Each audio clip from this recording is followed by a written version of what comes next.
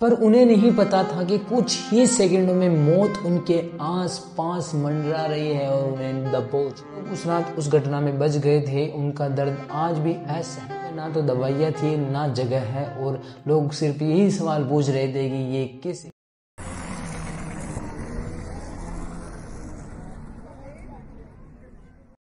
2 दिसंबर 1984 भोपाल मध्य प्रदेश। रात के करीबन 12 बजे हवा में कुछ ऐसी बदबू फैलने लगी कि लोग सोचने लगे कि या तो कोई केमिकल की बदबू होगी या फिर कोई सेवर मसाला होगा।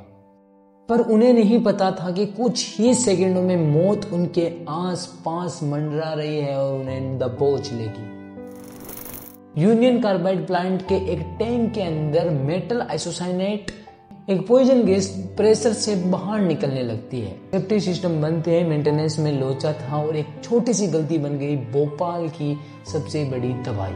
गैस लीक होने लगी हवा में, रात के अंधेरे में, बिना किसी आवाज के। किसी की आंखें जलने लगी तो किसी का गला ही सूख गया। बच्चे रोते रोते मर गए, परंतु माँ बाप उन्हें बचा नहीं पाए। हजारों लोग मारे गए थे, हजारों लोग अस्पताल में पहुंच गए थे और अगले दिन भोपाल की सड़कें लाशों से भर गई थी। जमीन पर लाशें, हवा में जहर और आंखों में आंसू।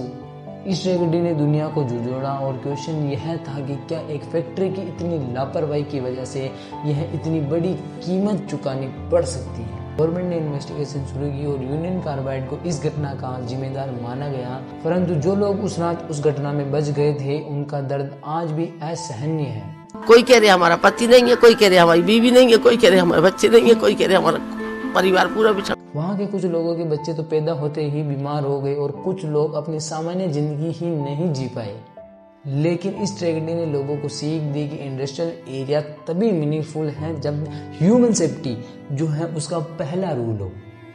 भोपाल के लोगों ने दर्द से सीखा और दुनिया ने यह जाना कि सेफ्टी एक ऑप्शन नहीं है बल्कि सेफ्टी एक जरूरी है। सुबह होते ही भोपाल की सड़कें कब्रिस्तान बन गई। लोग ऑक्सीजन के लिए तड़प रहे थे। हॉस्पिटल में ना तो दवाइयाँ थी, ना जगह है, और लोग सिर्फ यही सवाल पूछ रहे थे कि ये कैसे हुआ। यूनियन कार्बाइड के प्लांट से निकली ये गैस जिसने लोगों को मारा नहीं बल्कि उनके जीवन, उनके विश्वास, सबको एक जहर में तब्दील कर दिया।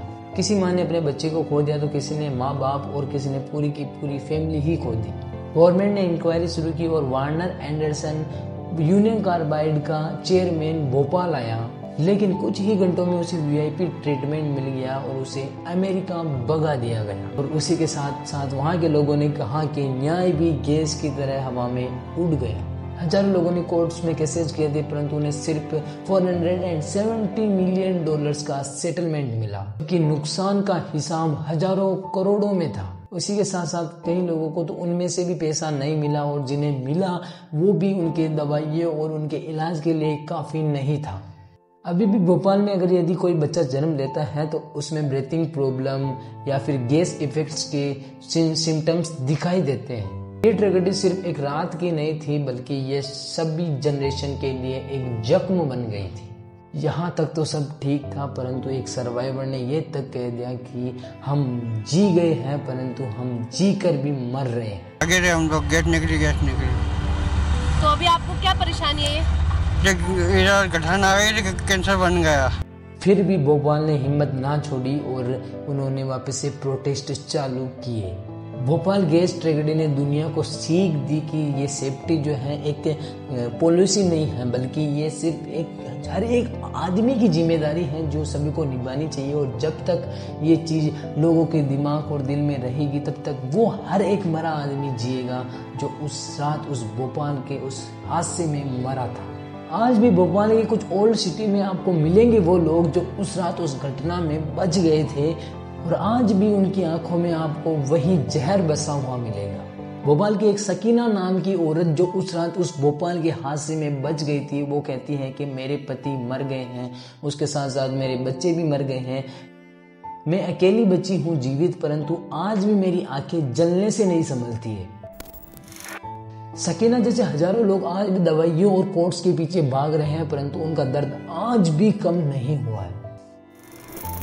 उसी के साथ साथ वहाँ के एक बुजुर्ग व्यक्ति ने कहा कि हमने सोचा कि सरकार कुछ करेगी परंतु फाइल्स बदलती हैं परंतु हम नहीं। कोर्ट्स में केसेस चले, अप्लाई हुए और हर बार नए वादे हुए, परंतु सच ये है कि वो सब अधूरे रह गए। डॉक्टर्स कहते हैं कि जहर का असर डीएनए तक पहुंच गया है और ये सब चीज़ें हैं जो नई जनरेशन, आने वाली जनरेशन में भी देखने के लिए मिलेगी और ये बीमारी रहेगी।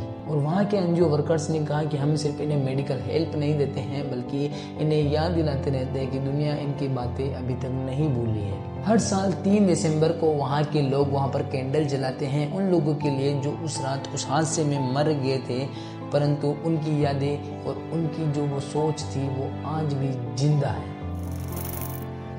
भोपाल की ये ट्रेनिंग एक चेतावनी थी कि जब इंसानियत सो जाती है तब साइंस जो है एक हथियार का रूप ले लेती है। 1984 के बाद दुनिया बदल गई और लोगों को समझ में आने लगा कि एक छोटी सी लापरवाही भी हजारों लोगों की जान ले सकती है।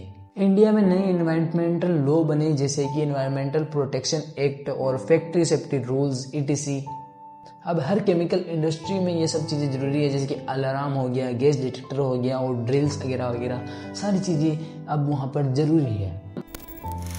अब हम लोग हर एक प्लांट्स में हर एक चीज़ को सेफ्टी से करते हैं क्योंकि अब हम उस रात को वापस नहीं लाना चाहते हैं। लेकिन कानून बनाने से काम नहीं चलता है, बल्कि जिम्मेदारी सबकी होती है। एक छोटे से वर्कर से लेकर एक बड़े टॉप ऑफिसर तक उनको समझना पड़ेगा कि सेफ्टी जो है वो कोई एक्स्ट्रा काम नहीं है।